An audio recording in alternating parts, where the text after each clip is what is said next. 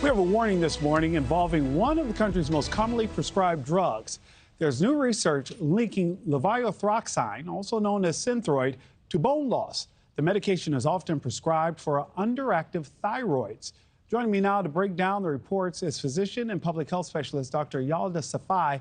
Dr. Safai, this, of course, is concerning to many. Can you walk us through these findings just a little bit and describe the correlation to bone loss faster than those not on Synthroid? Sure. I got to point out here because I don't want anybody to panic. This is a very widely prescribed medication. So this study had several limitations. It was only done on I think a sample size of like 50, very small. In general, for a study to have strength, you need it to be done on thousands and thousands of people. And it only looked at a small subset of the population, those over the age of 75, which are already vulnerable to osteoporosis and bone disease. And I have to note here that if you've been diagnosed with thyroid disease, you're already at a higher chance of bone loss. So this study showed that there's a correlation between this medication and bone loss, but it doesn't prove causation because the disease in itself can also cause bone loss. So there's much more research that needs to be done on this medication before we change our prescribing habits. Dr. Safai, I'm so glad that you said that you made it clear that there was correlation but not causation. Why is that so important for those who might be on this medication?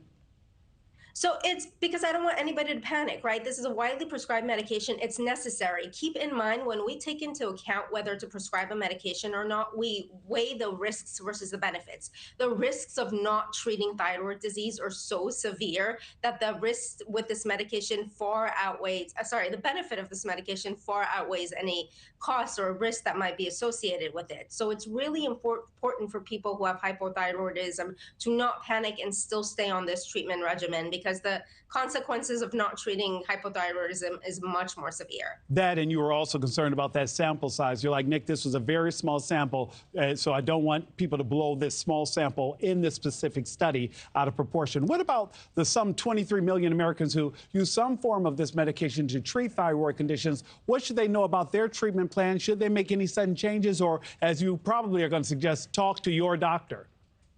Of course, no, I wouldn't recommend doing anything in terms of taking the medication itself. But now here's what's very important. You need to start strength training early in life, whether you have thyroid disease or not, because strength training early in life will prevent something like this from happening, or it will delay it. So with this medication or with thyroid disease, they're saying that the bone gets more frail, and in turn, it puts you susceptible for risks for fractures, right? So if you start strength training early in life, as soon as you are diagnosed with hypothyroidism, it might delay or prevent any issues like this. Dr. Safai, before I let you go, I do want to ask you one last question, though. There are also questions on who really needs the treatment. According to the Yale School of Medicine, about 90% of people on the drug may not need it. How does someone know if it's time to switch treatments and reduce their risk of the disease?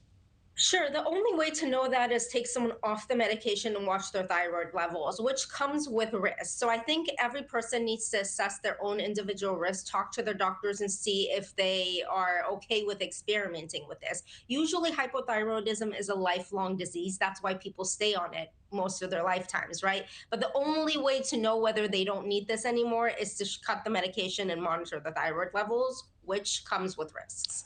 Dr. Yadal Safai, I have to tell you, the takeaway for me was causation and correlation are two very different things. Thank you so much for your help this morning.